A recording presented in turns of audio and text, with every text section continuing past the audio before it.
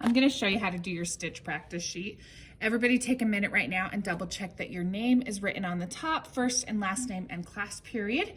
Before I start this, I'm gonna go through my daily checklist, and that's the yellow sheet of paper that's taped onto your desk. Everything is as it should be.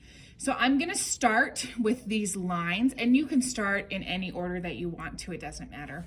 So you're gonna do all 4 of these lines. I'm just gonna show you the first one. So again, I've gone through my daily checklist, I'm ready to go, so I can turn on my machine, and I'm gonna start.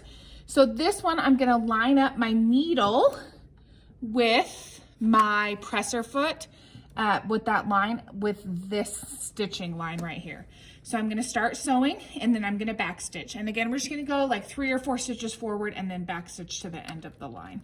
So I lift my presser foot and I put this under. And I'm gonna backstitch to the end of that line and come back.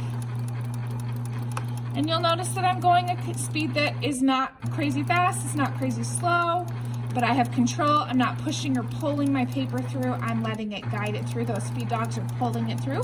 And I'm just keeping it straight, making sure that it stays on that line. I get to the end, I'm gonna backstitch a little bit and then come back to the front. Okay, so when you're done, you can hold it up to the light so that you can see how you've done, which is really fun. Okay, the next thing I'm gonna show you is this first box that says pivot at corners. So when we pivot, we're gonna pick a corner and start. This is the only corner that you will backstitch at, because when you're pivoting, you don't need to backstitch because you're not ending a seam. So I'm gonna start on that line, go a little bit, backstitch till I get to the end. I'm gonna go all the way here to the edge of that line. All right, so I get to that corner, this is where I pivot. My needle ended up. So what I wanna do is I wanna put my needle down by turning my handle towards me. Then I lift my presser foot and I turn my paper. Then I can put my presser foot back down again and sew forward to the next corner. My needle ended down, which is just fine. If it didn't, then I would turn my handle so that it was down. Then I'll lift my presser foot, turn my paper, make sure that's lined up where I want it to be. So until we get to this other corner, you've probably guessed it by now. Drop that needle, lift the presser foot, and turn your paper. So one more until we get to the edge. At this edge, because it is the end, I do want to backstitch. All right, and then I have got my box pivoted. So the circle is the same thing. It's just really hard. And so don't expect yourself to be perfect at this, or really any of them. If you looked very closely, you'll see that I'm not perfect either. This is just a practice. It's just to help you to get more comfortable with using the machine. So I'm gonna sew this circle, and the secret to doing the circle right is to do a lot of pivots. So needle down, presser foot up, turn it, and it is a long process to get this where you want it to be. I'm not gonna do the whole thing, I'm not gonna make you watch it, but just know that you'll do lots of pivots, okay? And then this M or mountain is a pivot as well. So we'll start at the beginning. Remember, at the beginning we backstitch. We come to this point.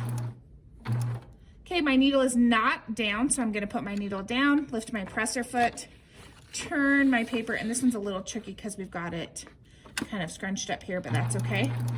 Stitch until you get to the next point, needle down, presser foot up, turn, needle down, presser foot up, and turn. You don't want to rip your paper. All right, so we're at the end here, we backstitch, And you can see that there's things written here like backstitch at the beginning and end, pivot, pivot, that will help you as well. Okay, the last thing is this box right here for decorative stitches. Now in this box we did the edges. You don't have to do that in this one.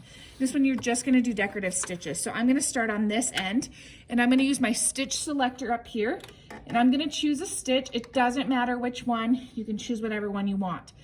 But in order for this to work, as you can see right here, it says widen your stitch width. I need to widen my stitch width.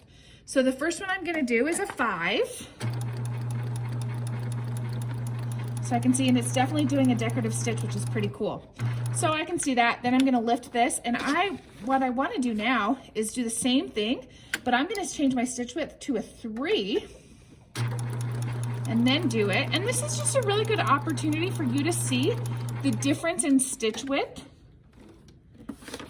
And then I'm gonna do the 1 and see how that compares.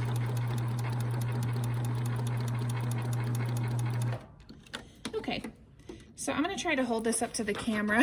I don't know if you can see.